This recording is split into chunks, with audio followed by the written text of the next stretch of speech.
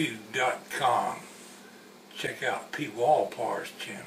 He's getting pretty handy with that little camera here.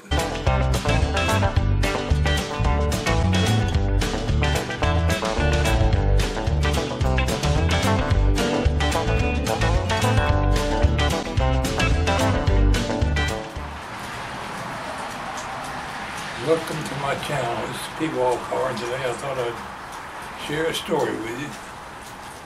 Putting on my old jacket to go to town today brings a story to mind, and I'm going to share it with you. It's the story of my old smoking jacket. Good day, friends and fellow YouTubers. Pwalpar here. Today I was searching through my many videos and stories that I've shared here on YouTube, and I was sure I had shared this story before. It's a story from my memories.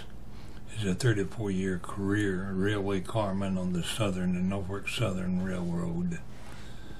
Since I'm unable to find the story, I feel the urge to share it again.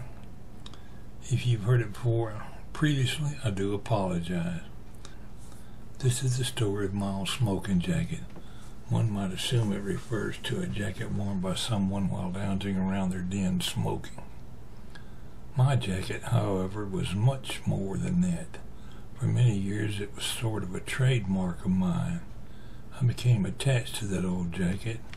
It was comfortable and nice and warm in the winter time. Winters, when I was working at a train yard and out on the open repair track, were usually very cold. Most railroad jobs are outdoor jobs. Sure, they got some office jobs, but by and large, most of them are outdoor jobs. It's kind of hard to get a train indoors anyway. Many was the day we tried to think of a way to get one indoors, though. Days when it was so cold your lungs hurt when you breathed. Your feet became like popsicles from standing in snow and ice or bone-chilling mud puddles. Your hands and fingers rebelled and refused to come out of your pockets anymore. Those are the days when you wonder, why don't I live in Florida or somewhere warm? Those were the days you wished you was an engineer sitting up at the throttle of a locomotive with a big heater blowing on you.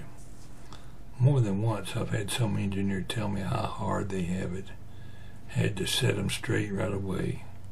Come down here on the ground with us, you old fart, for a while. You'd be glad to get back up in your nice warm locomotive.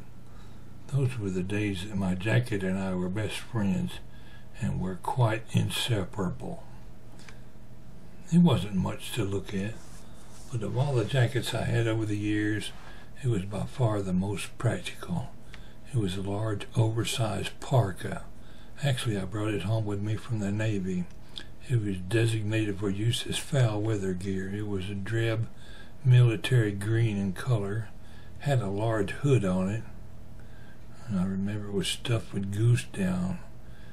What made it so practical was not only the fact that it was warm, but it was loose-fitting, and you could get several layers of clothing on under it and still not feel like you were trapped in a cocoon or something. Most jackets on the market these days limit your ability to move when you have long johns, a sweatshirt, a thick flannel shirt, and occasionally a sweater on under it. You can't even let your arms down to your side. And you're very uncomfortable. I personally find myself feeling claustrophobic when I'm bundled up like that. But what's a guy to do? He's got to stay warm when he's outside most of the day. I don't know for sure what everybody did, but I relied on my old smoking jacket. How it became a smoking jacket is quite simple. It was dubbed a smoking jacket by some of my fellow carmen. It wasn't because I smoked, but rather the jacket smoked on many occasions. When you spend hours with torches and welders in the performance of your work, it's quite common to get your clothes full of burn holes from hot slag and molten metal. It's not uncommon to occasionally have your clothing catch on fire. Such was the case one cold day when I had my welding hood down and was busy welding some front draft stops in the center cell of a boxcar. I had the boxcar jacked up high in the air and was standing under it, to weld overhead. Often when you're welding, a small spot will start smoldering and you just knock it out and keep working. That cold morning, Carman David Ellington stopped and spoke through the open end of the center steel and said, "Hey Parks, your jacket is smoking." I replied, "Knock it out for me," and I kept on welding. "Just knock it out for me, okay?" As I continued to weld, he said, "You don't understand, you're really smoking. In fact, you're on fire."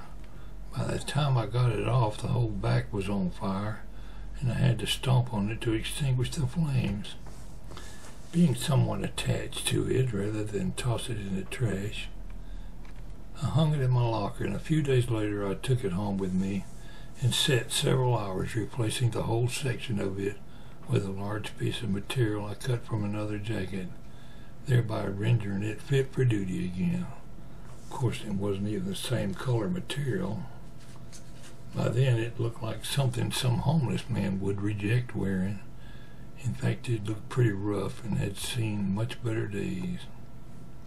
The next morning at 7 a.m. I appeared on the repair track wearing it. Somebody said, "Parks is wearing his smoking jacket," and it was forever after dubbed a smoking jacket. That old jacket served me well and kept me warm many years.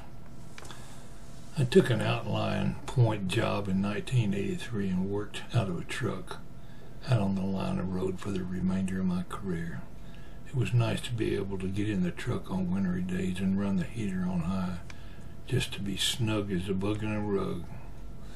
There were a few times when I had to work derailments or out in a train yard somewhere when it had snowed, and on several occasions I stopped at my locker and dug out my old smoking jacket.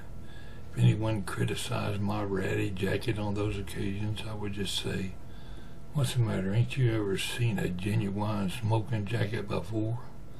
In 2003, when I left the railroad, I went and cleaned out my locker. There in the back of the locker was my old smoking jacket, still ready for service. It was with some remorse that I gave it a final farewell. Thought of all the times it kept me warm over the last 34 years, and I promptly tossed it in the trash. Thanks for listening, friends. I'll always remember my smoking jacket. Thanks for tuning in.